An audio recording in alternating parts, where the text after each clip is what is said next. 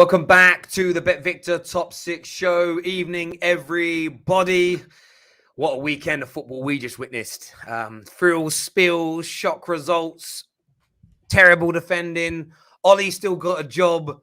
The Conte revolution hasn't quite started yet. Eddie Howe's been appointed. Lots going on. We've got two debutants tonight on the show as well. We've got Ben, who is a Liverpool fan, down there in the bottom right. We've got man like Dan Lawless here.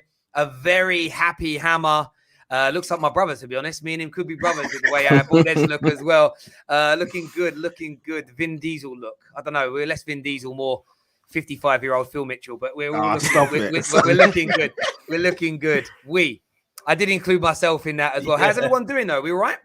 Yeah, pain. Good, thanks. Good. I'm in constant pain, Terry. That's what I'm feeling.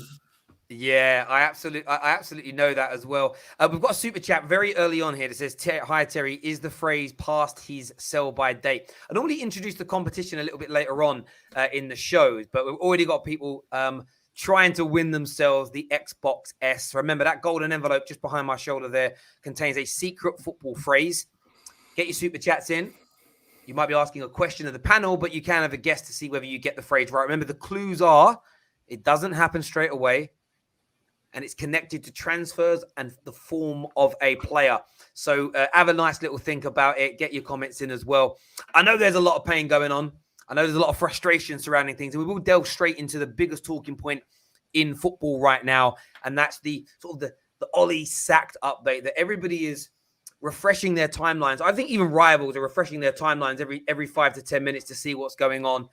And there's such a mixture. You've got the Daily Mail today saying that it's being seriously considered. You've got David Ornstein to say nothing's really changed, but everyone who's saying it hasn't changed is throwing in that very, very clever three-word phrase of "as it stands." There's been no change. Ole has now left the country, though. He's gone for a brief holiday back in Norway. Mark Goldbridge has tweeted saying, "We don't need the protest on Saturday," and everybody's trying to read into that like he's the Riddler from the new Batman film. Does it mean something? Does it not? I'm going to go to KJ first on this. Firstly, how are you feeling after another embarrassing defeat? And what is your take right now on Solskjaer still officially being the Manchester United manager? We're a Finnish football club, man. It's a flipping joke. Absolute joke. Manchester United are one of the worst teams in the Premier League. And it's not even a joke. Like, legit are on form. Last 6 games, we're second bottom. Below us is Norwich. And them, man, their board took action and proactive action to try and make a change. They had Nigel Farke for how long? Is it Nigel? Whatever his name is, Daniel Farke. I think of Nigel Farage, but you know what I'm saying. But they've had a Farke for how long? He got them up. He bought in, and he wasn't working, so they got rid of him. Aston Villa, Dean Smith got them up. He was looking good last season. This season, not good enough. Got rid of him. No, Manchester United legit are not operating as an elite football club, and it's hurting. It pains me. It absolutely pains me because I grew up on Man United being up there with the best, having a standard of always striving to be the best. And now when you've got a team that wants to be there, you got Bruno, you got Ronaldo, you got Varane, you've got Sancho, you've got Rashford, you got all the Pogba, you got all these players that want to be the best, but then you employ someone who's not good enough and then also allow him to operate for in that entire time. It is painful. It's painful, and it's making me seriously consider not supporting Manchester United. Because what am I supporting? I'm not supporting a club with any morals. I'm not supporting a club with any hope. I'm not supporting a club with any determination, ambition, drive to be the best, because that's what my parents taught me. That's what my family around me taught me, is that you have to strive to be the best version of yourself. So why am I supporting a football club that is doing none of that? That doesn't represent me. That's not what I am. So why should I support that? So this football club, ran by those pagans, I call the Glazers, ran by the incompetence that is Ed Woodward, Arnold, and the rest of the Man United board, and managed by just someone who's not good enough in Ole Solskjaer, it's making me seriously consider why I support this football club. It's an intro. I saw Dan. I saw your face there. I always like to watch the reactions. Like, what's your take on what KJ said there?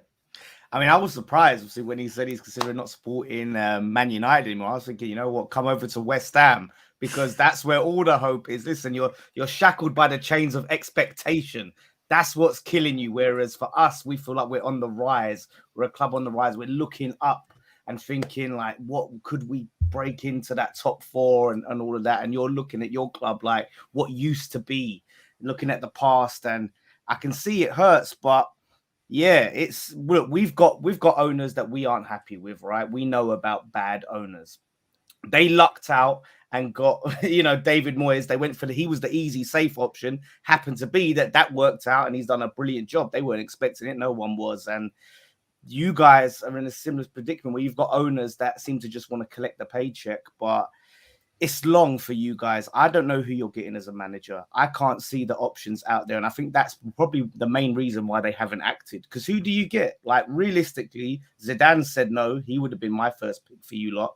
But other than that, what are you going to do? You're going to go to another Man United legend and call up Mark Hughes and try and get him over? Or, like I said, Dean Smith. Who is out there realistically that you can get? Terry alluded to a short-term option.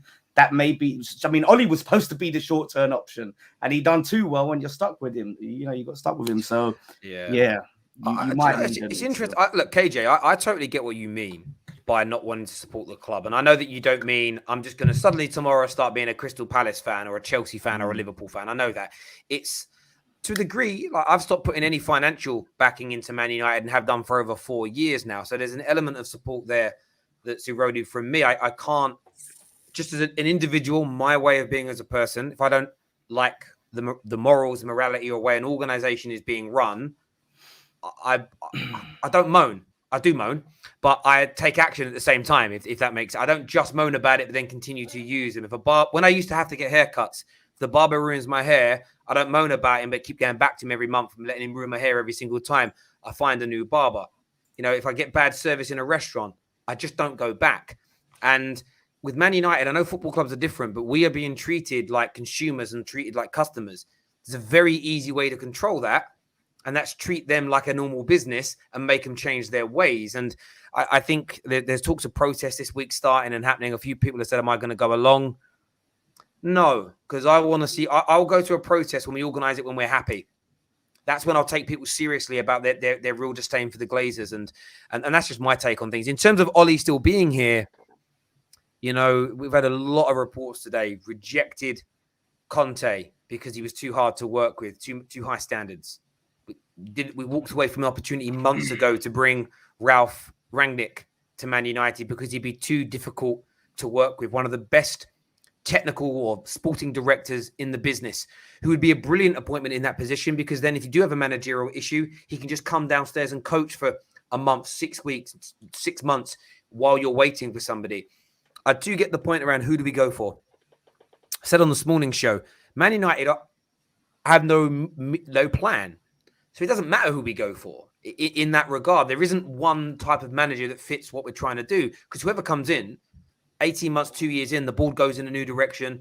For every manager since Fergie, they've bought players for that manager that manager didn't want, that didn't fit their system. So I'm almost at a point where I don't care. I just want to see Ole gone. And that isn't even a disrespect towards Ole Gunnar Solskjaer. It's a case of the mood is becoming toxic amongst the fans. There's players that are now becoming really disenfranchised with the club.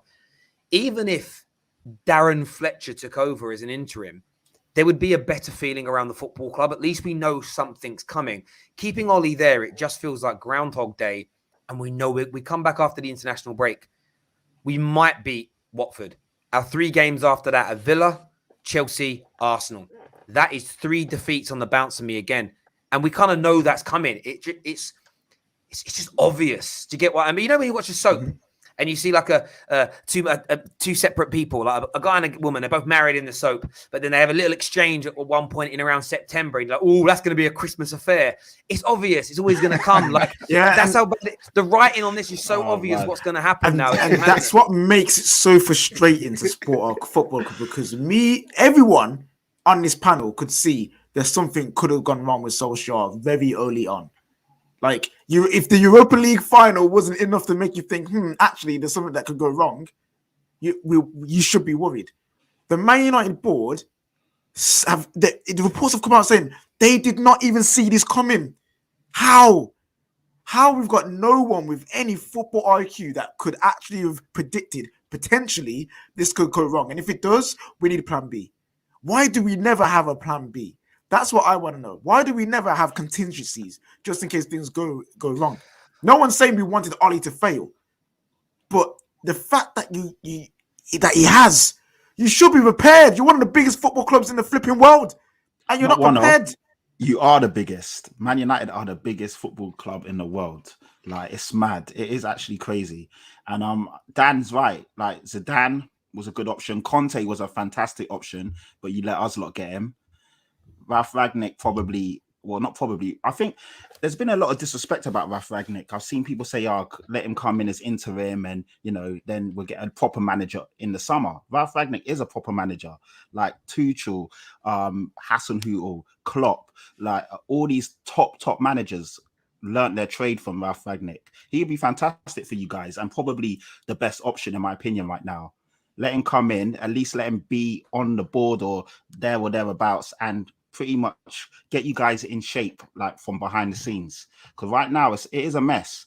And talking about protest, Dan, you said already about will there be another protest? You guys have done that already. You stormed the pitch. You ransacked Old Trafford. Nothing's changed. So what's the point? In my opinion, it's almost to the point where like, what's the point of you not doing that? You've already done it. Terry made a good point about protesting when things are going well. I think the Ronaldo signing really swept the rug over everyone's eyes. And we're still having protests now as well as we're doing.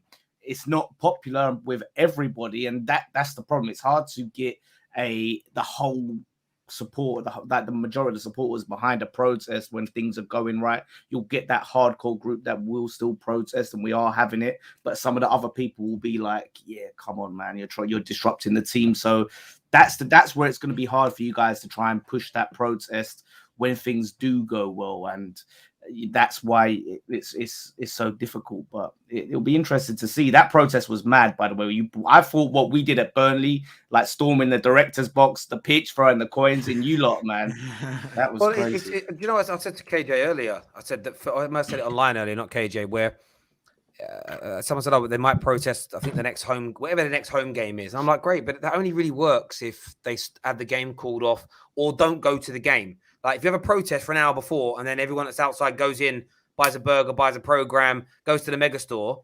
that's my issue with it. You're being laughed at. I felt the last protest, 80% of the people there were there for Instagram. They didn't really care about it. And I tweeted and got into a fight with a lot of Man United fans online when I was like, give it 2 or 3 days and everyone will be back to moaning about Ole again and never focusing on the real problem. And I got absolutely lynched online for it. And I'm like, well, but then what happened 4 or 5 days later? They're back talking about Ole. I've seen it all before, and the protests are never going to work. Walkouts at 60 minutes are never going to work. And I'm not telling anybody how to behave, but if your owners only care about making money, the answer is staring you in the face. Take the damn money away. It's so obvious. Take it away. And look, I know that some United fans have hated me saying this, but I will say it again. Right now, you buying merchandise, you going to games, you spending money on the club is not supporting Man United. You are enabling the Glazers. You are making the club worse. That's your choice to go. You're free to do it, but please stop moaning about the Glazers and then giving them your money because you're making matters worse as far as I'm concerned. Do you think you're asking for the impossible though, Terry? Because being the biggest club in the world, okay, you could mobilize all of the real proper Man United fans who follow the club week in, week out, all of that stuff. But because you're such a big club, you could all not go to games, and then a load of tourists and sort of more fair weather fans that maybe aren't into as much, you guys will take the spot and take place and spend the money. That's a really good point. It's a really good point. I had a conversation not long ago. That's a lie. About 3 or 4 years ago now, with a gentleman who worked at BT Sport. It was a work thing, an old work thing. I was just there, I was chatting to him about it, and he was talking about one of the reasons why the money fell out of Italian football in the 90s was because fans stopped going to games because of problems nationally. People didn't have the money for it. When the fans stopped going, or the diehard ultra fans stopped going, the atmosphere went away. When the atmosphere fell away from the TV element, they weren't able to sell the product because it wasn't as entertaining to watch. One of the biggest attractions for not just the domestic, but the international TV companies is the unique, passionate, tribalistic noise that our fans make. It's why matchday fans always need to be respected, because we all saw during lockdown how horrible it was without fans watching the game. So if those tourists went, it doesn't even matter in the medium term, because BT and Sky and all the other companies would be knocking on the Premier League and Man United's door saying, hang on a minute, we want a proper atmosphere. This sounds like Soccer Aid. That isn't the brand. No, it isn't. That is not what they're buying. And I know, look, I'm going to sound really arrogant, but I know my method would work.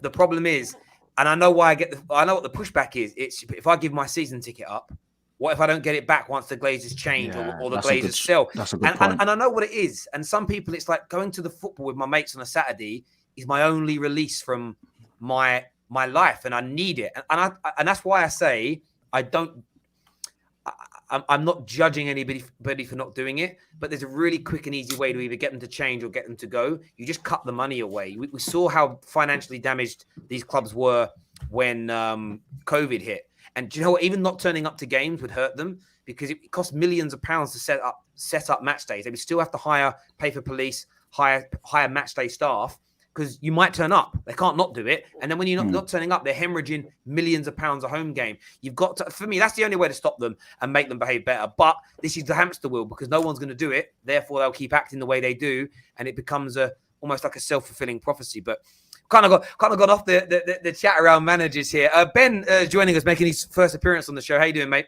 I'm all good, mate, apart from yesterday, but I'm sure we'll get on to that. Very we will touch on that a little bit later. In terms of Man United, though, and looking at who could come in, who do you think is a realistic next manager to come in for Ole, should they sack him? See, this is the thing. This is the problem. You use the word realistic. Any manager in the world should be realistic for your club.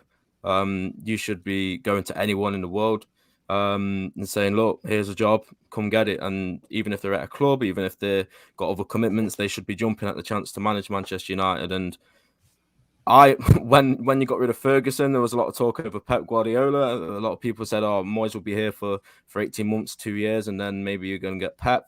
Obviously, Moyes didn't last very long. So then you got Louis van Gaal and then Mourinho. And then you've had the world-class managers, like maybe not world-class at the time they were appointed by your club, but they still had that aura about them. You know what I mean? Like Mourinho, okay, he had a bad spell at Chelsea, but still a top manager.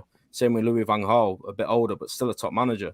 But the same problem seems to always be there. So in terms of the next manager, I don't know. Are you going to benefit off a seasoned manager who's been there and done it?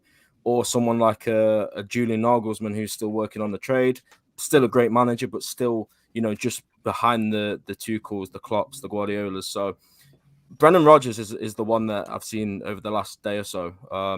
And I see that the hand on the face there. I would not be scared of United if they appointed Brendan Rodgers. I think it's another sideways step. And again, the problems with the owners and the board you've got, who can really work with them? You know what I mean? So it's strange.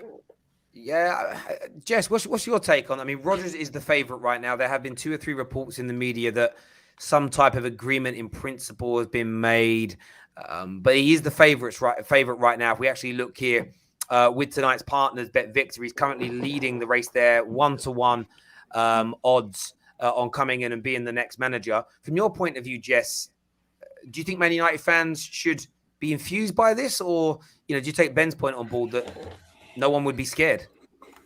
Nobody's going to be enthused by Brendan Rodgers. He's looked at as somebody that, is a bottler, has done well at Leicester, but Leicester's not one of the top clubs in the Premier League or the world, really. And then when he was at Liverpool, there's mixed reviews, probably more negative than positive. So I don't think anybody would be enthused, but what I would say is that he has at least worked at top clubs in Celtic and Liverpool and has extensive experience in the Premier League. When you look at other managers, they just don't have that. And for me, like if I was a Manchester United fan, I'd want somebody that knows the league at least a little bit to make it so it's not so much of a risk. Zidane just seems like somebody who's just out of the realm of possibility because he has other things going on. Ten Hag is down there as well. I think if that were the manager that you got, coupled with a director of football, you know, a good one, then I'd be like, okay, Manchester United are cooking, you know. But the problem with Manchester United is they don't want anybody with a strong personality. They want a yes man. They want somebody who's just going to follow directions. They want another Ole. And so I don't think a Ten Hag would be somebody that would fit in that requirement. They've already said Ragnick is kind of like that as well. He is a director of football. He is a manager. He's not going to just take anybody's crap. Zidane, very strong personality, not going to take anybody's crap. Brendan Rodgers is somebody who has worked in situations where he hasn't been like the main guy. They do the transfer policy. He has a little bit of say in it, but he kind of just takes what he can get. So he might seem like the most attractive option for Man United. And that's why I feel like you guys would end up getting him. Not going to enthuse you, but he's not the worst. He's definitely better than Ole. Let's be real. Yeah, I think you make some good points there. I mean, Pat, if we take on board what Jess has said there, and we think Man United are, you know, we're not going to be able to bring in a top manager because they want a yes man. Like, when I listen to that, it just makes me feel like we're doomed. Like, I don't know your take looking at it from the outside. Do you think things are as bad as that for Man United, or do you think that would be a bit of an exaggeration? Yeah, I don't think things are that bad because we're quite, as football fans, we're quite reactionary, aren't we? We have a couple of bad results. The whole world's ending. You know, you guys will go on a run again and things are looking a lot better. To be fair, the Liverpool fan, I can't remember your name, but you guys are Man United, the biggest team, biggest club in the world. You've got a vast amount of finances. You could go out and get anyone to a degree. So I think the problem is, I do believe that with Ole, you're going to struggle this season. So you do need someone to come in right now. The problem is, it's very difficult to get a manager in right now that ticks all the boxes and will push you on.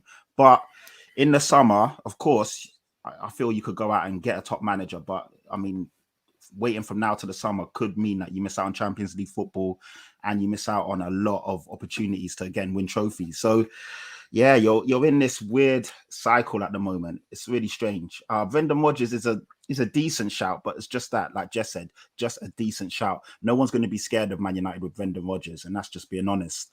I think to be fair, I think you just go all out and get Ten Hag. Just pay his contract out, sell him whatever, tell him whatever he needs, give him whatever he needs, get him in, get his DOF as well, and then start from there. I think that's probably the best and most realistic shout right now if you guys are actually going to be serious and try and do anything this season. Yeah, that's the point there, isn't it? If we're gonna be serious, and I don't know if we are. If we look at the odds here with BV, Rodgers, Zidane, Pochettino is third favourite. The crazy thing for me is I think about Poch and Zidane. They don't feel realistic in the sense of what we're hearing through the media. You then start dropping beyond, like they then got like Ragnick and Ten Hag. You then start going into Martinez's, and Allegri's not coming. Most of the names underneath this are just, you know, Nagelsmann's at 25-1. That ain't happening. Do you get where I'm coming from? It's almost nonsensical. I'm just miffed. If I'm being honest, I'm just miffed. And barring us, it just comes down to us not being run well, because the fact that Ole is still here after everything is shocking. You know what? Gallardo's a great shout. You know, no one's really talking about him, but he's been cooking at River Plate, and he is a top manager. And I believe that he will get a chance in Europe at some point. Someone's got to go for him. So it is a risk. Pat, but they don't know who he is. They don't know who he is. We're talking like these Man United boys know what the hell is going on. Like, honestly, the only figured out who Ragnick was last year, bro. No, but Gallardo is he's a great shout. I mean, someone's going to get him soon and he's going to be a steal, and everyone's going to be like, oh my God, why did we go for him? He's a top manager. He's been doing bits for a long time, but it is a gamble. It's a big gamble. But to be fair, anyone is really. It's Brendan Rodgers or Poch. That's it. It's the obvious ones. People keep saying but you haven't got the perfect guy. There's no flipping perfect manager for Manchester United. Literally, you could tick all the boxes. The one box that would never get ticked is Man United not run by the Glazers and Eddie Woodward. That will still always be there. And if that box is always checked, I'm telling you, we're finished. Literally, I'm coming to the end of my tether. I'm sick of this football. I absolutely hate the people who run our football club. That's how bad it is. Terry, I messaged you earlier. Remember that message I said earlier? Fam, that's where I'm at. I do hear you. I do hear you. Now, viewers, I want your help with this one. I am going to put a little flutter on here with our partners tonight, BetVictor. Remember, you can sign up now to your account. The links are below. Just click on any of them and sign up. When you bet £5, you get a £30 free bet. Always read the T's and C's. Be over 18 and always do it responsibly. Don't spend your rent money, your bill money. You know, if you have a few issues, get the support you need and don't do it. But if you can afford to lose the money, so always bet with what you can afford to lose. Give it a go right now. They're a great company, BetVictor, to work with. But I want you to tell me who you think it's going to be. I'm going to put a bet on now. Who do you think the next manager is going to be on this list? I'm waiting for your comments to come through. None are coming through yet. I'm waiting for you to light up the comment section with who you think it's going to be. The one that I see getting the majority is what I'm going to put faith in my audience tonight. If you say something mad like Steve Bruce, I will put it on. I mean, we know that isn't going to win. I've seen Valverde. I've seen Rooney. Can you imagine? What are the odds on Rooney coming in? Let's have a little look here. I can't even see him on the list. I haven't seen his name yet. Is Rooney on here? Hello, Fonseca's. There he is. Yeah, he's there. Rooney's there. 66 to 1. 66 right under 1, Arsene. There he is. Wayne Rooney. Yeah. I see that. I'm seeing RODGERS, Zidane, Ten Hag. What am I seeing? A lot of names of. What am I seeing here? Phil Jones, Steve Bruce. I'm seeing a lot of give it to Giggsy. A lot of Zidanes. A lot of Zidanes as well. What are we going with, peeps? What are we going with here? What do we realistically think Man United are gonna do? Liquidate. Brendan Rodgers. Rodgers. Yeah. He's 1-to-1. So I'm going to stick £2.50 on that. So here, look, one of my little offers to come up, the BetVictor Loyalty Club. I'll tick on that later. Remember, if you're an existing user, they've got a lot of special offers for you as well. It isn't just new signups. I'm going to stick £2. No, I'm going to go with £2.50 on that. I'm going to give that a little flutter and see if that comes in. Brendan Rodgers, the next Man United manager. I'm actually interviewing someone tomorrow who believes there is an agreement in place. So we'll keep you aware of the updates from that individual moving forward. We are going to later on maybe touch on some other managerial movements in the Premier League as well. But next, I want to have a little chat about the title race and the direction that it is going in right now. Liverpool dropped points at the weekend. City still not looking at their very best. And even when Chelsea mess up, they still end up extending their lead at the top of the Premier League. Who's going to win the title? We're going to be debating and discussing that in just a moment. Make sure that like button is being smashed. Remember, if we get past 500 likes, I'll give you another clue in the Football Terrace secret phrase competition, but we must pass that 500 like mark. Let's do this.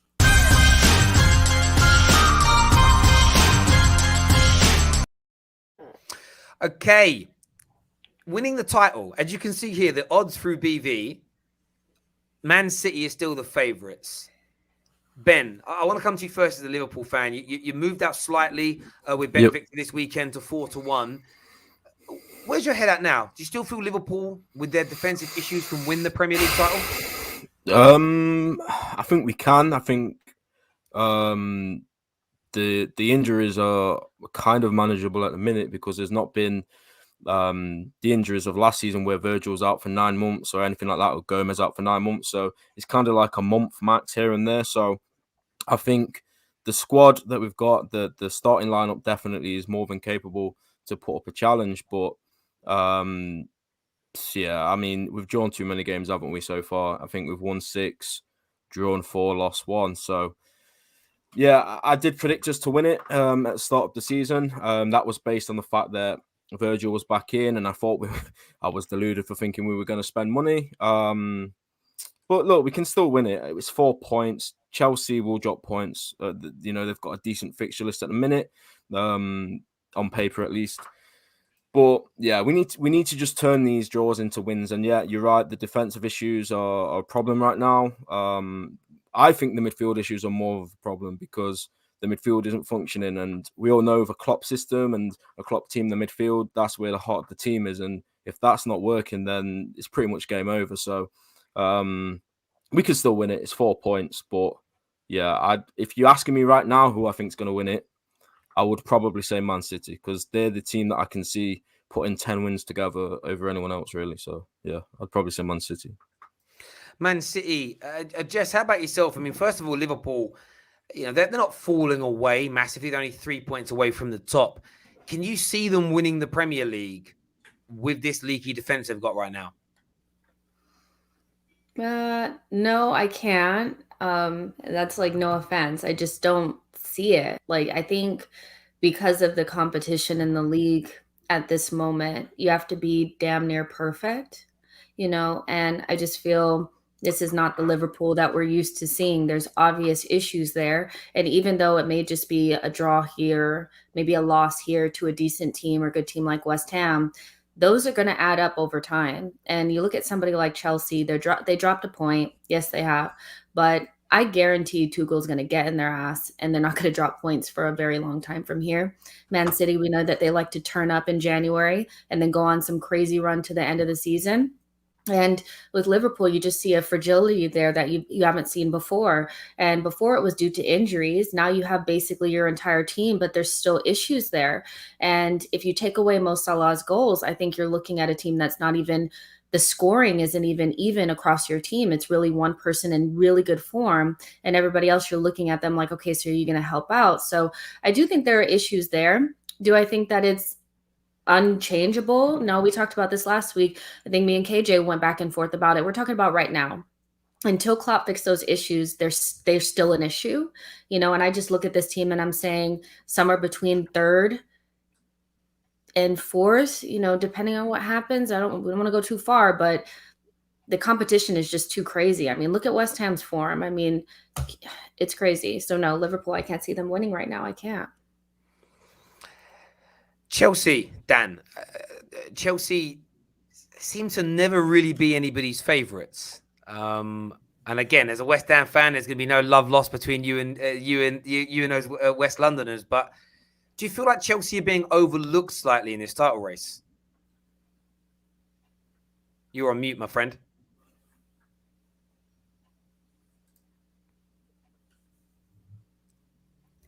Dan, you're still on mute. Whatever you've done, can't hear you.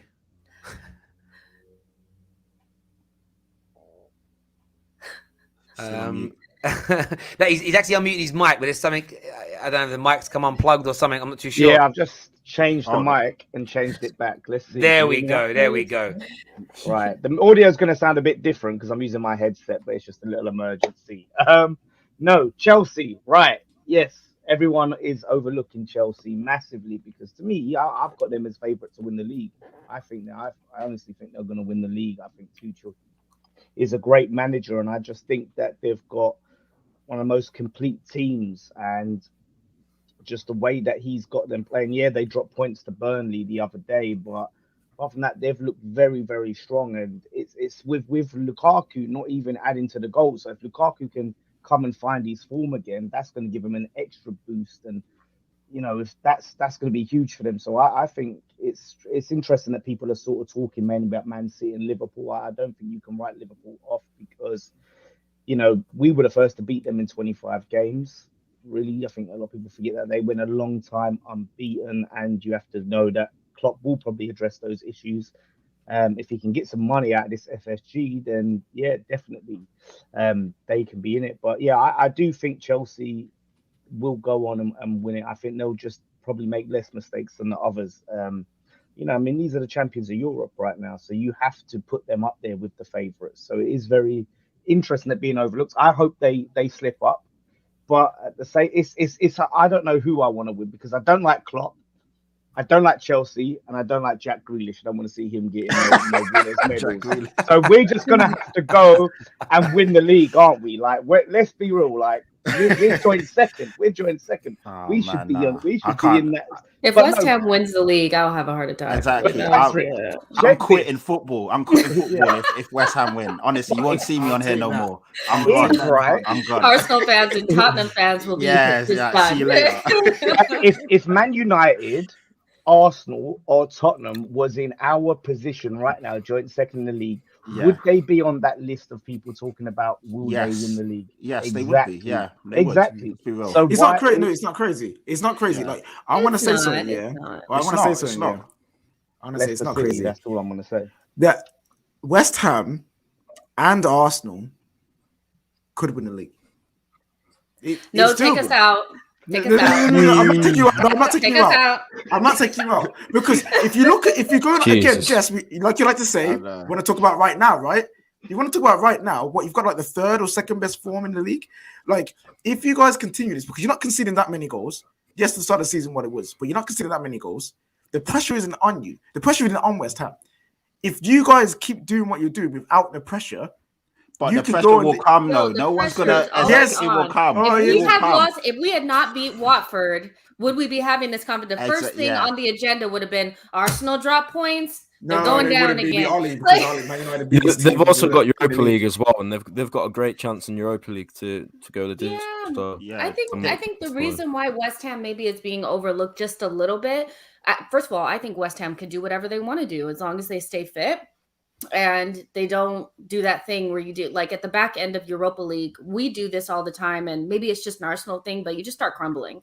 So I'm hoping you guys do a little bit of that, but you guys have like the mental thing that I don't think we had. You guys can do whatever you want to do as long as you don't get injuries to your major people.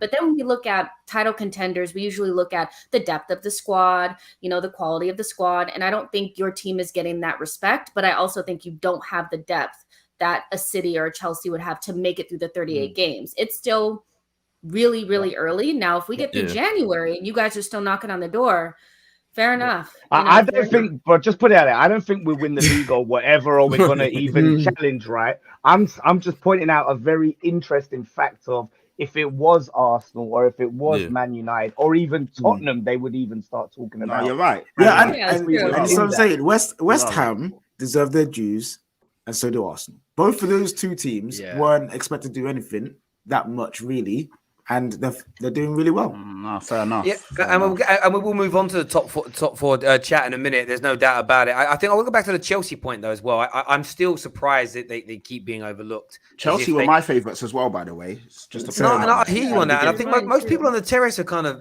have been behind Chelsea. Yeah. I just sort of feel my biggest reason for knowing that they're real threats is the way Thomas Tuchel was kind of used as a bit of a tool to beat Ole with by rivals for the back end of last season. Look what happens when you sack a manager. Look what you can do. Oh, the brilliance, the coaching. Look how quickly it took him 1 month to instill a system and a philosophy, and look how good they look. Now that they might start winning Premier Leagues, it's boring, ain't it? 7 at the back. It's boring football. It's terrorism. It's you know what I mean? It's a rich man Stoke again and all this. And as soon as you start hearing people say that, it's like, yeah, you really feel threatened by Chelsea Football Club. And they're just fantastic to me. They're not the most entertaining. I know Jess has said that on here as well. They're not. But at the end of the my day, favorites. I know they're your favourites, but for me, I feel like they keep every time I speak to people, it's City or Liverpool still. And I'll be honest with you, City are struggling to score goals. They only scored 2 against us, and we're awful. No, Terry. They took their foot off the gas. They chose not to score more. Yeah, I wouldn't say that was that. a choice. I hear you, but they've failed to score in 6 games so far this season. That's a problem when you've dropped £100 million on Mr. Low Socks. Do you know what I mean? Emil Smith Rowe, him and his low socks are performing better. The point is, like, that's not good enough. Liverpool, I know Liverpool fans hate hearing it, but I'll speak facts as best I can. Klopp has got to fix those defensive issues. If he doesn't, there's not a catch chance in hell. I don't know where that saying comes from, but there isn't a catch chance in hell that you win the Premier League. And I look at that now, and I think it's disrespectful to Chelsea for them to be at 5-2 versus City at 4-5. Squad depth, Chelsea are equally as good. Managerial wise, yeah, I would say you would put Pep in front of Tuchel because of what Pep's achieved in his career. But I think at the very least they should have the same odds. I can't understand why Chelsea are being looked at. They're flying high. Their main goal scorer has been out injured. He's got to come back into this team. They need anybody in January, 110%. That they'll fly forward. The comment here says, Terry, your Chelsea agenda is pathetic. Just give City credit. Wow, that doesn't make no sense. We What's always the give agenda? City credit. Yeah. But What's he talking but about? when you've not You scored, can't in spell 6 either. I mean, but when I, it's how can I give a team credit who dropped £100 million on a new creator, have KDB, Raheem Sterling, Jack Grealish, Jesus, Mahrez, and have failed to score in 6 games? Bernardo Silva, you got to put him in there because he's. I'm not saying you're not. Yeah, I'm not saying you can't. They can't win the league. I'm saying it's disrespectful for me for Chelsea to be at 5-2, to be like so far pushed down the pecking order by fans when they're the most consistent and most Do you not well think it's balanced to do with team. experience, though, Terry? So this City team have been there and done it 4 or 5 times now. Chelsea, you know, they were terrible under Lampard. Tuchel's come in, and within the space of 6 months, he's got them to be the champions of Europe. Maybe that's a factor where, you know, okay, when the going gets tough, we haven't seen what this Chelsea team does yet. So maybe it's to do with the experience. I think it's also because most rivals, maybe besides Man United fans, are more comfortable with the thought of Man City winning the league than Chelsea. Like if we're talking about fans in general, I know within the Arsenal fan base, and I would imagine in the Tottenham fan base, maybe even in some other fan bases, like nobody cares if Man City win the league because they're not going to say anything. Their fans are not loud. When Chelsea wins things, all we hear is this for exactly. That's it. That's it. So that for me, that's all it is that people just don't want to be real because we know if they won the Champions League, then they win the Premier League right after. We're not going to hear the end of it. So for me, it's just as simple as that. Yeah, like people just don't want to. I've even heard Arsenal fans cheer Man City win the league, you know, because their favorite players always end up there. You know what I'm saying? I mean, you should want City. You should want City. KJ throwing jabs. They're your feeder club. They were for a little while, but yeah, I think that's a fairly good point as well. It's just kind of like quiet in the background and whatever. But in terms of the favourites, viewers, we want your help on this again right now. Who do you think the favourites are in your opinion? We can see the odds with BV. City still sitting there top at 4-5. Chelsea there at 5-2. I am going to put though. I've already done this bet before. I'm going to stick a little bit more on because those odds are going to start to shorten soon, and you're not going to be able to make as much money. I'm going to put another little £2.50 bet on Chelsea winning the Premier League. I'm more and more convinced them every time I see them play and their rivals play. The most consistent, the most well-balanced team in the Premier League right now, and people are kind of waiting for them to slip up. 12 months of almost flawless consistency from Thomas Tuchel. I don't think they're going to make too many mistakes towards the end of the season. So that's where my little flutter now with BV is going. Remember, you can sign up to your free account now. The links are in the description below. That's done, dusted. But top four, though. Top four is the biggest conversation right now. We've got a poll currently running in the live chat of who is the most likely to make top four this season. Tottenham are in 4th place on 9% of the vote. Jesus. Arsenal in 3rd place with 20%. Man United in 2nd place with 30%. But with 41% of the vote, West Ham United to make it into the top 4. We're doing it. Make sure you smash that like and share button. Let's have a little chat about who's making the top 4 this season.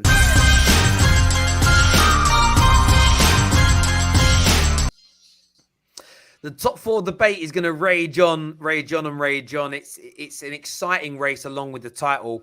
I want to come to Dan first because we had a comment earlier asking this question. Is this the best West Ham team you've seen in your life, Terry? And it is in my lifetime. I'm 35 years old. What is it like being a Hammer right now, watching your team beat some of the best teams in the league, sit 3rd in the league table? I believe 2nd or 3rd is the highest you've ever finished in a league campaign. You've got the team purring. You've got players like Antonio that look like superstars. You've got one of the best midfielders right now in the Prem in Declan Rice. It must just be an absolute buzz to be an Hammer right now. Yeah, it is. It's like I said, it's a weird feeling. I mean, look, we had that season, the last season at Upton Park, where we had Payet and we were slapping teams like, you know, we were beating Liverpool, we were beating Man United and all of that. But now it feels different. It doesn't feel like, okay, this is just a one-off. And this is, to me, what I said last season, what everyone was getting hyped and everything. I said, I need to see it next season. I can't see us have a great season right now. And then we start off and we start getting battered because I've seen that before. For me to really give David Moyes the props that he's due, he needs to be doing it again next season. And he is. We're doing much better this season than we were last season. Everyone wanted to come and say West Ham are only winning because there's no fans in the stadium. The fans are back. And now we have more points at this stage this season than we did at last season. So it's exciting. We've got European football. People said we couldn't play in Europe, and you know, in the league, we're going to suffer in the league because we're in Europe. Again, we're doing better in the league with European football. Top of our group in Europa, joint 2nd in the league. We've knocked out Man United and Man City in the Carabao Cup, so we're through to the quarterfinals.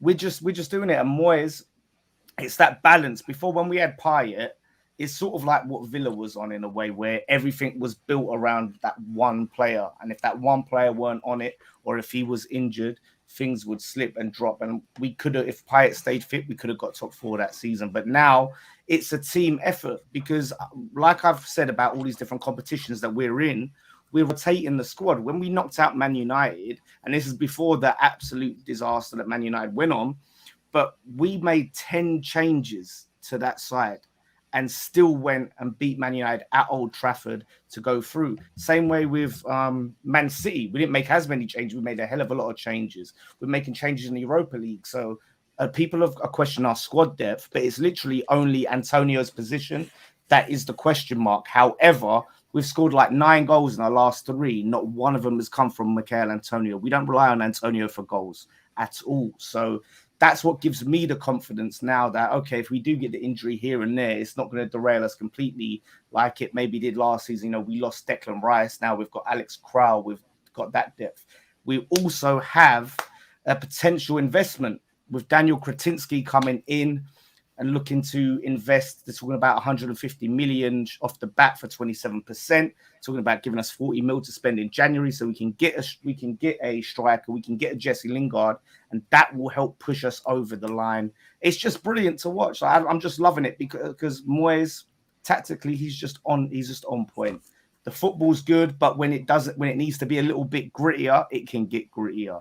It's just, I can't believe it. I'm on cloud 9. No, I bet you are right now. And Patrick, from your point of view, Spurs, the Conte's been there 2 games, and there has no new manager bounce. I would say it's. Do you know what I mean? It's just. I'm not saying he hasn't flopped. I'm not saying that, but were you hoping for like a better start? Yeah, of course. I was hoping for a better start. I've got to be real. But then at the same time, he come into a club with problems. When you sack a manager after 10 games, it's because the club has problems. So we've also got to be realistic. We know how good Antonio Conte is, but he's not a magician. Things will take time. He obviously needs to understand and assess his best team, his best formation, his best 11, the best players to come off the bench. So he's learning on the job as we're trying to obviously pick up points. So, you know, it's a tricky game on Thursday. The game against Everton was a 0-0 draw. No shots on target, which was obviously a surprise. But it's a game that we should have won, if we're being honest. Everton were being quite dirty on the day. And tried to get a few of our players sent off. And, what's his name? Richarlison was rolling around like an idiot and just play acting every other second. So that was a bit of a... But yeah, of course we expect more with Conte. It will take time, but bringing Conte in does give us that extra boost and that extra pizzazz, if that's what you want to call it. So I'm excited to see what happens, man. But we need to pick up points now. I can't see West Ham fans screaming and shouting. Arsenal fans are on a cloud 9. Yeah, man. I just need some injuries to these Hammers and Arsenal fans, players ASAP. Because that's so rude. Isn't it? That is so rude. Antonio needs to pick up some niggles again. Declan Rice needs to get injured. Smith Rowe and Saka need to somehow pick up hamstring injuries. Because man, I can't take this at the moment, man. But you're a bad mind, Patrick. That's bad mind. That's so mean. Isn't it? But what about Harry Kane? If he gets injured, it don't matter because he ain't. Well, Harry Kane gets injured. You don't play. Spurs might get better. Exactly. We'll be better without him, man. Trust me. That could happen. Jess, from your point of view, though, like Arsenal, 10 games unbeaten, good football, resolute at the back, keeping clean sheets, and looking like genuine top 4 contenders now, right? Not for me. I mean, we're there and thereabouts. Like, I'm very cautious about this team because for me, when I look at the team and I watched how Aubameyang was literally playing for Watford yesterday or the day before, we need a striker. We are a striker and a midfielder short of being anywhere near top 4. We also need to get through January. Losing Thomas Partey during that time is going to be really difficult for us. So I look at those things and I'm like, okay, early on in the season, we're looking good, but I know things can change. And that's the same thing. Like I'm looking and like, I hear, West Ham feel like they're doing really good right now, but I would just say like, Leicester always look good until the end of the season when they tapered off. Like, it's a long season. I apply that to everybody. Just like Tottenham, like, as much as I don't like it, I'm looking at your next fixtures. You're playing a bunch of teams that you should be able to beat if Conte can get into the heads of those players. So for me, I'm not 100% on top 4, but we have to get top 6. But somebody's going to miss out on that top 6 and end up in that Conference League. And it can easily be Arsenal if we're not on our game. So top 6 is still, for me, where we need to be at. If we miss out on that, I will just simply pass away. Like, I won't be able to handle it. But, top 4, I still don't think we're there. Like, I don't think we're there. I really don't. You know what, yeah? I'm going to say something magic. Actually, if Man United don't get top 4, which is a very much possibility, give me 8th. You don't want Conference League now. I don't want Conference League. I don't want Europa League. I just want, to just start flipping again. Because if we don't get Champions League, Ronaldo's going to go. Cavani's going to be gone. Pogba will be gone. Like, it will give us a good chance to flip and reset and start again with whoever it is. Maybe Ollie's son in charge. You know what I mean? Like, Man United only need top 4, and that's it. No shade though. That, if you don't get into the Champions League or at least Europe, won't that be harder to attract a manager and the caliber of players you're going to need to push you back? No, I don't think so, because it won't. Because if you think about this, you are now got a chance to potentially reshape Man United in your image. You're telling me you wouldn't take one season outside of Champions League or no Europe to chance to shape Man United how you want to shape it? Like, slippery slope, though. I got to be real. One season and it's been 7. Well, it's true, but that's true. But we had one season. We had one season out of the Champions League, and then we got Van Gaal. We ended up going 4th, and then we got back into the Champions League next season. We have the squad to be challenging for top 4 every season. Right now, we don't have the manager. The board ain't going to change that into the end of the season, if not at all. So it literally, in my eyes, pain and suffering is the only way to get through. And give me 8th. And maybe we'll end up changing. See, do you know what? I get your point, though. But then what, like Patrick said, we're already struggling to get the better managers to say yes to us. So, like, again, it's this weird conundrum Man United find themselves in. I don't want to fail, but maybe failing and properly crashing and burning is the only way to make people wake up and smell the coffee. I'm seeing content creators calling out ex-pros, why don't you guys call out the Glazers and all of this? So none of those things are going to work. That stuff for me is what I call key stage 1. It's just basic stuff. Stand up and actually do something yourself. Do you know what I mean? Like, it's maybe stop talking about Man United. Maybe draw all the attention away from the club, making me relevant. I don't know. Try something that's actually tangible. But yeah, we're not going to finish outside the top 8, in my opinion, just because the squad is well, maybe if Ollie stays, we're awful. That's what I'm saying. It's possible. In the bottom 3 in the last 6 games, which is an absolute madness. Yeah, but mad. The worst bit is I do and I don't want it at the same time. The conflict is a madness to me. I want to ask Ben a question, though, with Liverpool. Man United's bad form in the last 6 matches is dominating headlines. 18th, awful. Liverpool in the last 6 games are 8th in terms of the form table. Are you concerned at all about the possibility, with a bad injury or 2, bit of African Cup of Nations, of maybe even falling out of if Arsenal's form doesn't subside, if West Ham maintain this, if United sack a manager and bring in a Ten Hag, and it's like, oh wow. Are you worried about Liverpool's ability to finish in the top 4 at all? No. The reason I say no as well, because I feel like last season was the worst it's going to get under Klopp. We had Reece Williams at centre-back, who was playing in the National League North the season before. Nat Phillips was playing in Germany. I can't remember, 2nd tier, I believe. And these were the guys we had to use. We had 3 midfielders for a lot of the season. Thiago comes in, gets injured for a lot of the season, gets COVID. So we had all these things going against us, and it looked done. I made a YouTube video about it, saying, look, we're finished. Like, we're not getting Champions League. And I said the exact same thing as the United fan on the stream. I said, if we're not going to get top 4, finish as low as possible, because I don't want anything else. So just to see how bad it was last season, I don't see how it could ever really this season get as bad as that. So I think we finish 3rd, 4th is the absolute lowest I can see us finishing. I think, the squad depth could be an issue. And, when AFCON comes around, it remains to be seen if we're going to bring someone in. I probably would say no. But no, I think we've still got enough to comfortably finish in the top 4. Yeah. Anyone like? I mean, this is the point of this show. It's talk about things that may or may not happen. What I find interesting with Liverpool is their start to the season, 11 games in this year, they're actually 2 points worse off than last year, which I found just interesting when I was looking at all this different stats and figures today. It depends on other people's form. I think Liverpool will have enough, and I think actually because even though West Ham and Arsenal, in my opinion, will challenge for the top 4 this year, I think Spurs are going to come back. I don't think they'll be as consistent, any of those teams, as Liverpool. You threw a bad run of 6 games as an example. But does anybody see, apart from Man United, any of the big boys falling away? Or is that just like that African Cup of Nations could really, I mean, because look, Salah, he's probably going to be in that competition for a long time. He's probably going to go all the way.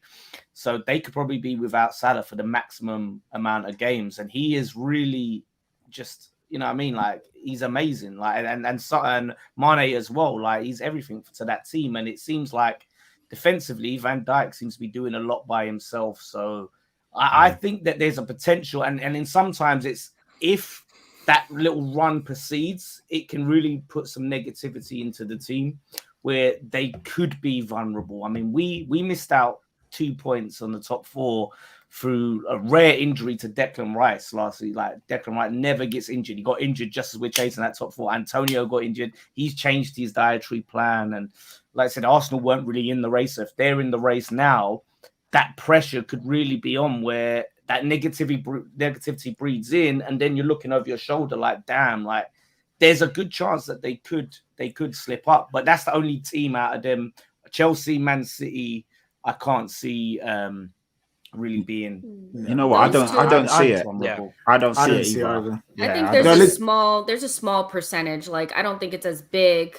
You know, it's very, very small, and it's if Spurs are right behind you, if Man United can get a new manager in and they start turning their form around, if Arsenal can stay up there. There's a lot of ifs.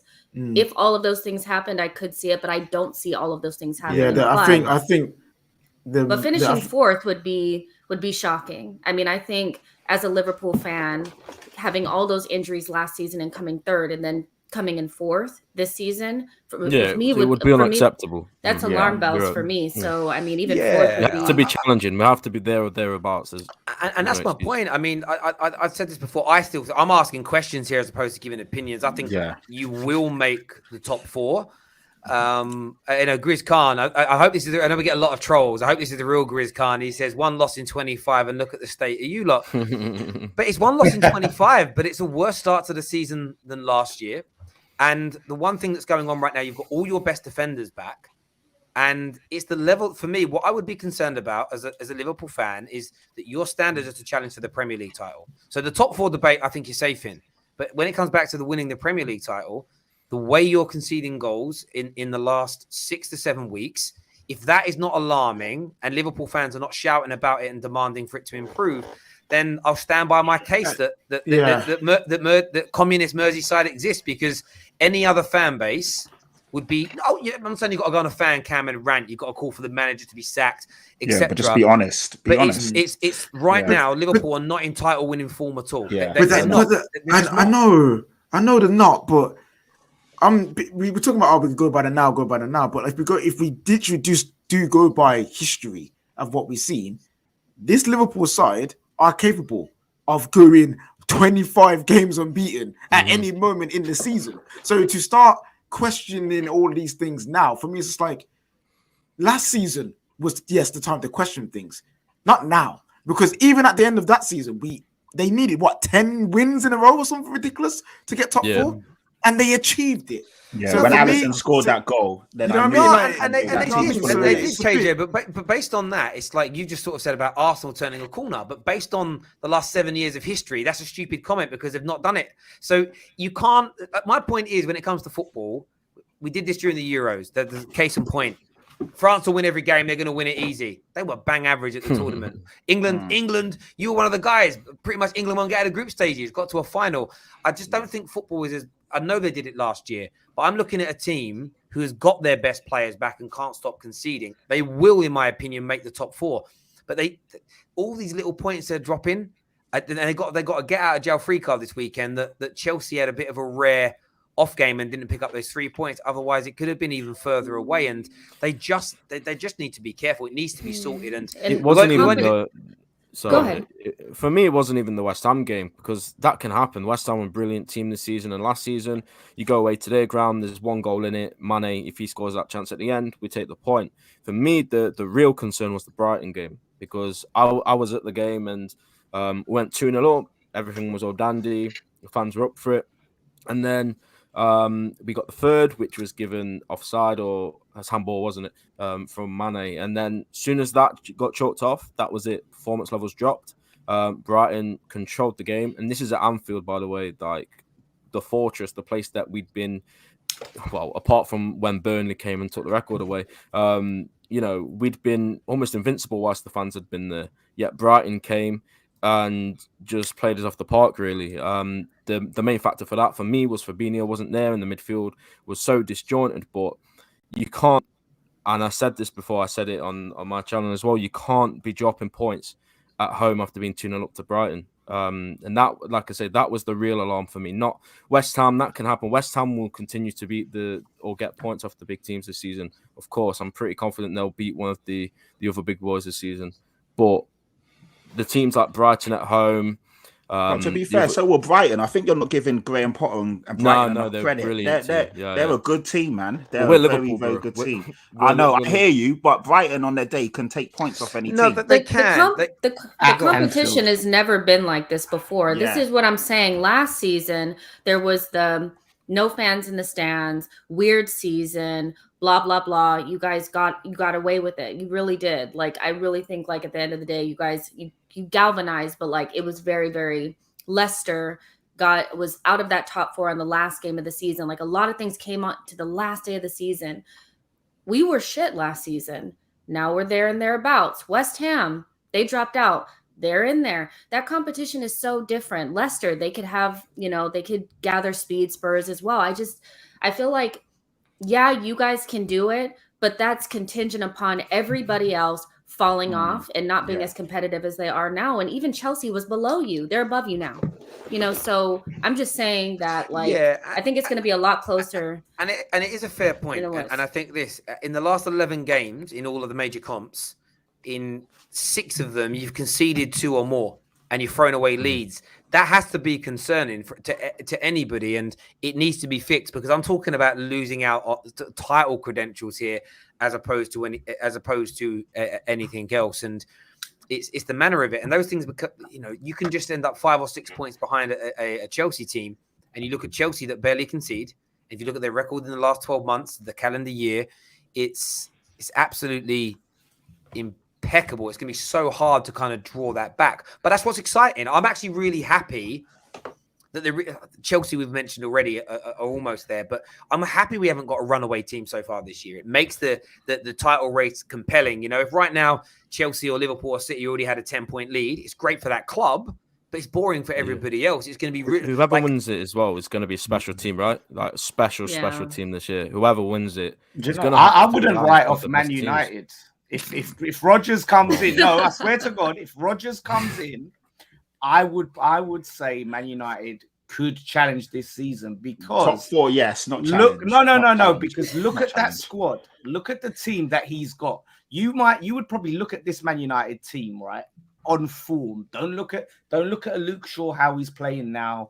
You know what I mean? Don't look at Maguire, how he's playing now, or any of these players. Look at these players of what they could be and what we've seen they can do, right? If Brendan Rodgers gets that, you would probably argue that team, that squad, is better than what Rodgers had when he challenged at Liverpool. It is. All right, clearly, right? Fact. And the only reason he missed out, in my opinion, was the Gerrard slip. If Gerrard, I know they lost the Palace game, but that sent a spiral. Dan, I said this at the start of the season. I said the one way Man United could win the league is if we sacked Ole early enough. And we get a new manager and he comes in and boom, blows everyone Now's away. The time. I actually think it's too late. It's too late. You should have went after Liverpool. Now is legit too late. It's done. I Even don't if a think new Rodgers manager is came that in- guy, though. I don't think Yeah, Rodgers is that guy. I Yeah, think Rodgers Rodgers is isn't a a good guy. manager. But Rodgers can organize a defense. He's but he's- he can can he? organize a defense. He Man's can 12th in the Premier League and struggling in the Europa League, bro. I think his head's been turned, though. His head's been turned. Yeah. At the moment. Like, And- bro, Yeah, there are no coincidence that since he got linked to the Newcastle job, then there was big news that came out that he was on the His head's shortlist been for Man turned. City, then Man United. Yeah. That it could Stick his eye happen. off the I ball. would say this though, we're 3 or 4 games too late.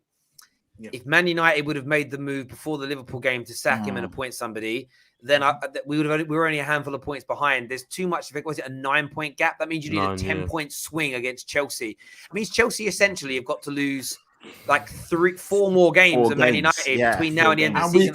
And we can't lose. Yeah, like 4 more games, and then you've got to hope that City, and you also need City, Liverpool. So I don't see it. But if Man United were to sack Ole between now and the restart of the campaign, and bring in even a Brendan Rodgers, a competent coach, this squad can make top 4. So when we come to the top 4 debate, it's Yeah, we they're back on. it would. Ronaldo, top 4 Ronaldo, Champions League. They're not going to win. I'm not saying, they'll definitely win. But look, if they're up there in that second place, they're in and around where Man City is. Look at that. They're only, they're 6 points off of Man City, yeah? And they've still got to play some Chelsea. They've got to play Man City again. I'm just saying that they could come and really come back and turn things around. Look at the squad, man.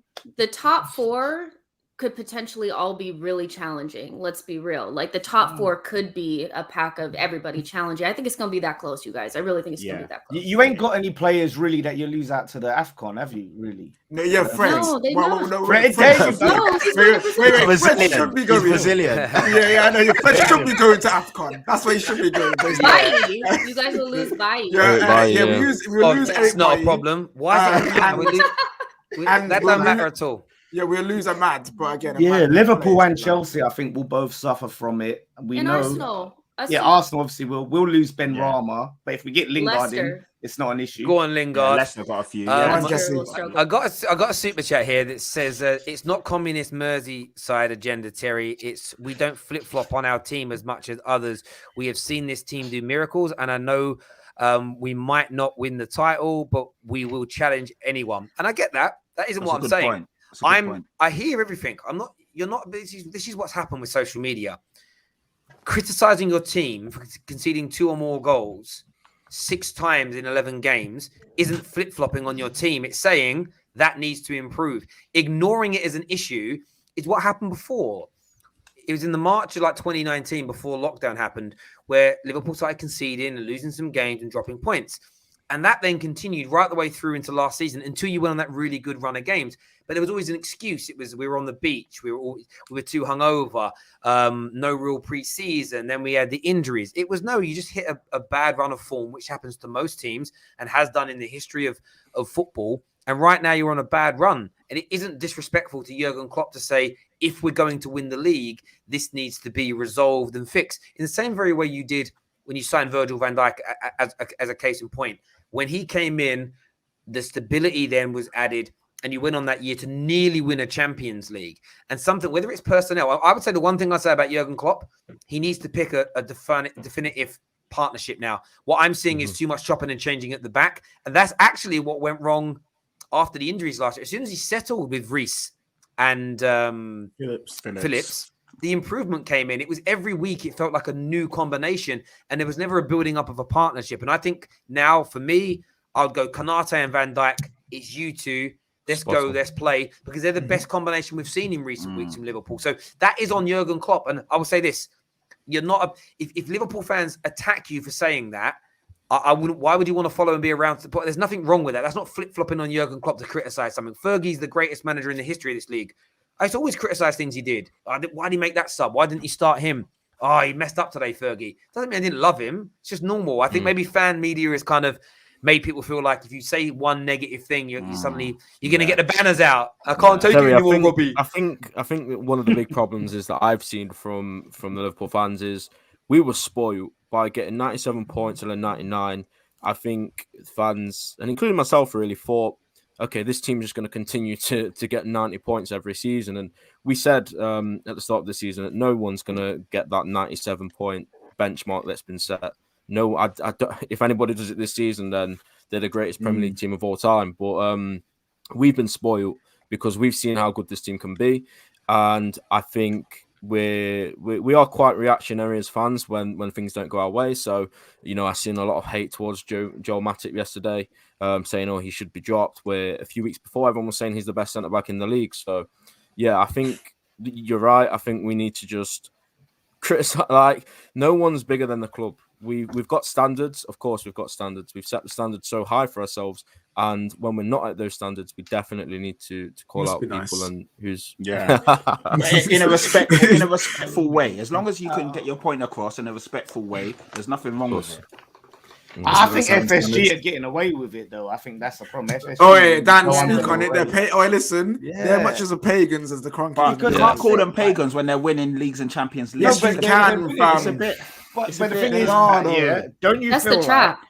like if like, exactly. like so Liverpool win the Champions League, Yeah. then they go on to win the league. Don't you think they had the chance to really build a dynasty and really invest some money and go, right, let's strengthen our weakest areas. Let's get some real depth in. That whole issue with Van Dijk getting injured should have never been an issue.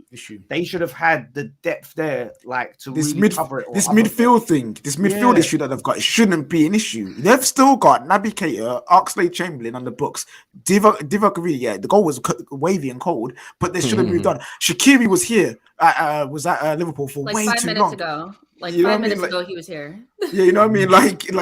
Like just because they're successful of the brilliance of their squad and Jurgen Klopp doesn't They signed a mean great that manager. literally they haven't been like literally strangling Liverpool. all our centre backs were injured at the same time, and we were given $1.5 million to address the situation. We got Ozan Kabak on loan and Ben Davies from Preston North End, who no Liverpool fans had heard of. I had to look on YouTube, and to be honest, there wasn't much there.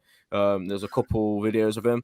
And I just know that if that was any other club in that situation, if that was Man City and Chelsea, and yes, obviously their owners are completely different with the financial backing, they would have at least spent 15-20 million. We wouldn't have just got these, these guys would do. And that's bang on, mate. And that's absolutely bang on. And again, the spin came out. Kabak's actually been a mainstay target for like 3 or 4 years. He's someone we really wanted. And then there's no way Klopp had been watching him play and was like, yeah, he's exactly. He probably was scouted a few years ago, and they were like, yeah, we didn't buy him for that reason. He was bang average. I just want to say here, everyday same. I did see your super chat. I put it up on the screen. I didn't read it out. Everyone was talking, so I didn't read the phrase out. But no, that wasn't the phrase, my friend. I didn't miss it. A comment here says, dude, everyone is criticizing the team in the fan base. Nobody is saying we are perfect. We know we have weak areas and need to work on it. If you're saying that, then everything I've said should be fine then.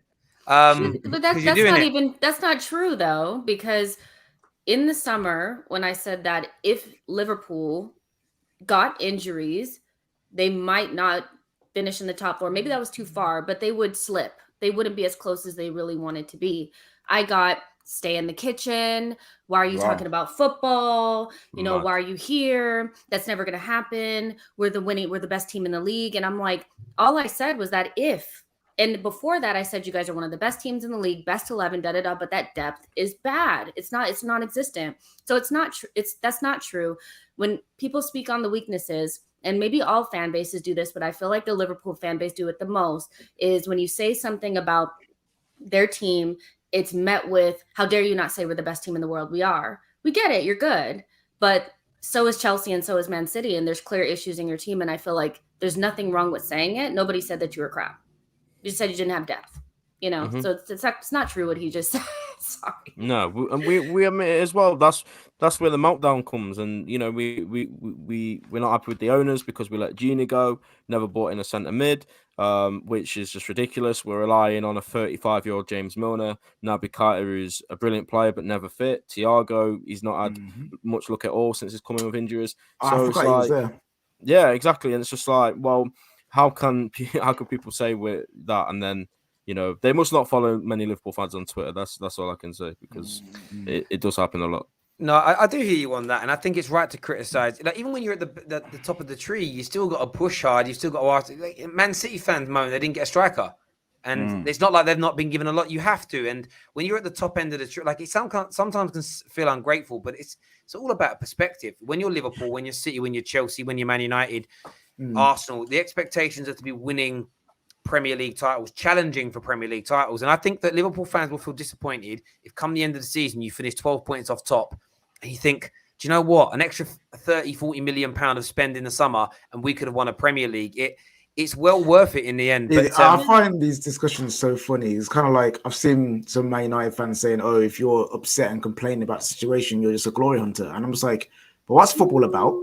I'm sure football is about getting glory, getting the top honors, and being the best. But it's retrospective to how much you spend. Man United spend enough money that they should be challenging. If we spent the same level as Brighton, over a 10-year period, my expectations would be like, wow, 6 or 7 is really, really good. But we spend billions of pounds to build this squad. When you spend billions of pounds, you need, and I'm talking wages and fees, you have to be expected to challenge the titles. With the amount of money Liverpool spend on their players and on their salaries for players, they should be expected to challenge the titles for me. Like, and anyone, and deflecting from that is wrong in relation to that. But there we go. But Terry, isn't that just really quick? Isn't that what the Glazers and FSG and Kroenke want? Like that's what they want. They want you guys to get in this comfortable position where you've kind of won, you're kind of competitive, you're in and thereabouts, you look successful, but then you just slowly get into that mediocrity. That's exactly what they want. So if you don't put pressure on, you will end up like Arsenal. You will end up like Man United. I'm telling you, that's exactly what they want. They want you to think, we're just right there. We're just a player away, summer window away. They'll spend the money. They're not going to spend it if you guys don't put pressure. I'm telling you. Yeah. There's a comment here from Paul that says, I'm sure, Terry, you said United were going to challenge for the league and Liverpool were probably going to drop out of the top 4. I didn't say Liverpool would drop out of the top 4. I said they wouldn't challenge for the title with this weak squad, a weak depth within the squad, not the first 11. And I said Manchester United should challenge for the title. And that's what I do find with football fans. When you say you should be challenging, people interpret that as you will challenge. And we should be. And that's why the anger's there. That's why I'm calling for the manager to be sacked. Look at Aston Villa as a case in point. Aston Villa have sacked their manager after he gave Villa one of their best years in the Premier League last year. Why? Because the standards dropped a year later. We have a squad that's willing to win. A lot of people say our squad's unbalanced. It isn't as bad as people make out. And you throw Declan Rice into our team, we won't improve that much. Like, we'll have moments with Declan Rice, but there isn't a structure to our side. But there we go. But yeah, thanks for the comment, Paul, but that isn't quite right. I would want to have a look at the odds here, though, in terms of making the top 4. I'm going to give this to you, Dan. In terms of making that's actually not that's the winners. I'm going to change the odds, actually. Let me just change this link over while I'm here. By the way, ladies and gentlemen, make sure you're smashing that like button and subscribing to the Football Terrace. These are the odds for making top 4. West Ham 3-1. Is that worth a flutter? Is that worth a flutter, in your opinion? Yeah, man, go for it. Absolutely worth it. Like I said, 2 points off last season, and we look even stronger this season. And we get Jesse Lingard in January, which everything indicates we're getting Jesse Lingard in January, and the striker. That takes us over the line. That's a good okay. shout. So I'm going to stick a $5 on that. West Ham to make the top 4. The viewers have voted that in as well. That's with Bet Victor. The links for all of these odds are in our description below. Go and check them out and have a go now, because the odds could change at any moment. If West Ham keep winning, they're going to shorten up massively. They really, really are. I did want to have a quick chat as well before the end of the show. Eddie Howe has gone into Newcastle today. That's been officially announced. Good appointment. Ben, what do you reckon? I think it is. I think it's decent. The only problem is I think it's too late. Might not be too late, but they let Bruce just continually get these defeats. And now what are they, 6-7 points from the safety? I'm not entirely sure. Someone could check. It would be 5 points. They're 5 points. It's doable. It's doable. Completely, it's doable. But I feel like they should have definitely done it sooner. I mean, they've not exactly given him the best of chances to start off with. Of course, there could be a new manager bounce, and the January window is still around 2 months away. So I'm sure they're going to invest heavily in the January window. But yeah, I rated Eddie Howe at Bournemouth. I think what he did was extraordinary, taking that team up from League One all the way up to the top. in the Premier League, and I think did they have a really good season when they finished like top 10 or something? Yeah, I think they finished around 8th or 9th one year. Yeah, so yeah, he's proven he can work with all due respect, mediocre players. And that Newcastle team, it does have some talented players. Like St. Maximin, he's a brilliant player. I love watching him. He's probably one of my favourite players to watch outside of Liverpool. So yeah, I think it's a decent appointment. But if they were talking about Conte's and Zidane's and all that nonsense before, I think that was a bit optimistic. But yeah, for Newcastle's level, I think it's a good appointment for them. It's the best start they could have had. Like anyone, the Newcastle fans, by the way, I don't think were the ones screaming for the Zidane's, the Conte's, the it was they Peps. were. They were. I've Nah. seen a lot of tweets. I've seen some tweets. I haven't seen those tweets. I saw more I've seen level-headed. I've seen Newcastle Conte. fans. They were asking for Graham Potter. They thought that they could. See, but see, Graham Potter is not actually a foolish shout. That's doable. It's Graham Potter's not going to go from, not with all due respect to Newcastle, Graham Potter's not going to go from the project that he's got there to Newcastle when Graham Potter is one of the top, basically he's under that top echelon of managers. He knows his next job or next appointment can be with all due respect. Yeah, I think that's fair. I think what happened with everybody is, people don't listen to experts. Financial Now it's true. People didn't listen to the financial experts when Newcastle took over. They listened to journalists and content creators, and they're not listening to the content creators that were quoting the experts. Newcastle cannot spend like Chelsea and City did when they had their billionaire takeovers. They can't. They have to spend a percentage of what they earn.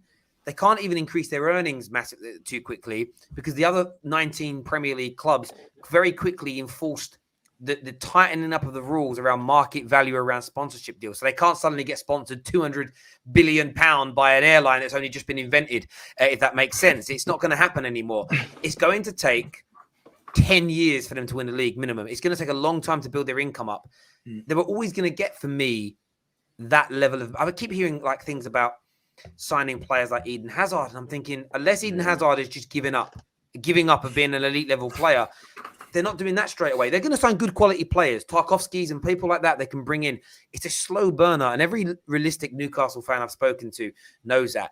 It's just so... I remember listening to the Spaces the day it happened. Oh my God, challenging for the league title next year. They're going to kill it. They're going to buy Mbappe and Haaland. It's like, oh, shut up, you mug. Like, what are you talking about? Like, not one financial expert said this could happen. It's impossible. Nah, I know it, mate. Why? Because David down the pub said it. Like, shut up. Like, honestly, the way people were going on, and it's not a knock at Newcastle. It was just listen to the laws. It's like yesterday, the amount of people like, how was Saka offside? Learn the law, please. Learn the law. Don't watch football if you don't know the law. Like, it's mad to me. I get so annoyed by it. It's like people start getting angry about things they don't understand. It's like, mate, like read.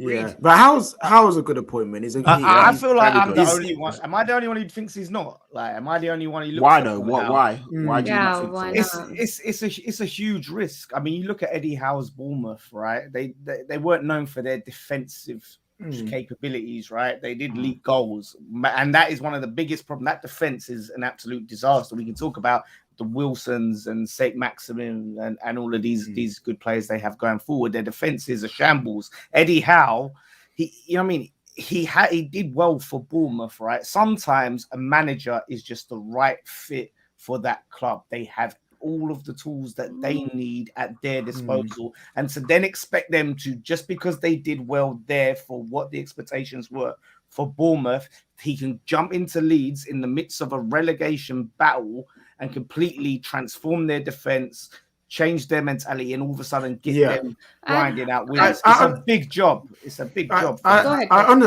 understand that, but the thing is with Newcastle, like from what I see, is like, yes, they're struggling with conceding goals, but they're struggling to flip and score goals. I think they're in a position right now where Eddie Howe comes in, at least get them to be competitive. They spent most of the game against Chelsea with like 10 men in their box, and with ASM up there, just hoping they'll go on a sprint and score. Like, they need something to at least help them get further up the pitch, score some goals, and maybe they win games 3-2. Maybe they win games 5-3, like Eddie Howe used to do on the Bournemouth, but that is what they need right now to at least have a chance to stay in the Premier League. Because if something I think they'll be They have losing to- 5-3 if they do They that. have to get out of Mhm. firefighting mode. Steve Yeah. Bruce was in constant firefighting mode, just trying to keep them from being relegated. And they need something different. I agree with KJ that I feel like most relegation sides, their issue is not really conceding goals. It's about not being able to score enough. And I think Newcastle, if you look at that team, if you were to set them up a little bit differently, they could be a really decent counterattacking team. But again, Steve Bruce was just all about firefighting. So it's still a massive risk. You're in the relegation zone and you're really struggling. So Eddie Howe might just be a bad appointment just based on the fact that they may have let it go on too long. It's a long time before they get to the January transfer window, and he still has to deal with those players. But ultimately, I don't think you need to bring in somebody who's going to bunker in, because that's essentially what they were going to do anyway. Without better quality defenders, I don't think their defending gets that much better. They need somebody who can figure out how to get them from defense to offense and scoring goals. Yeah. Like They've only failed to score in 3 games, by the way. I just want to say that. But how many One of them games is with more than Chelsea. 1 goals? How many of them were more than 1 goals? They've scored 2 against Southampton. I know they put 2 past Tottenham. They put 2 past us. They've scored. I think it's deeper than that, though. I think it's about having the right manager to start building the way they want to play, and Eddie Howe can do that. What I do find interesting, I read a quote today. I've just been looking for it. It was AFC stuff put it up, and it was something that David Dean said. He said here, when we were going to announce Arsene Wenger in 1996, we kept it under wraps. Nobody knew about it. I went to the training ground and said, we're going to announce our new manager. It's going to be Arsene Wenger. Ray Parlour instantly said, who the fuck is that?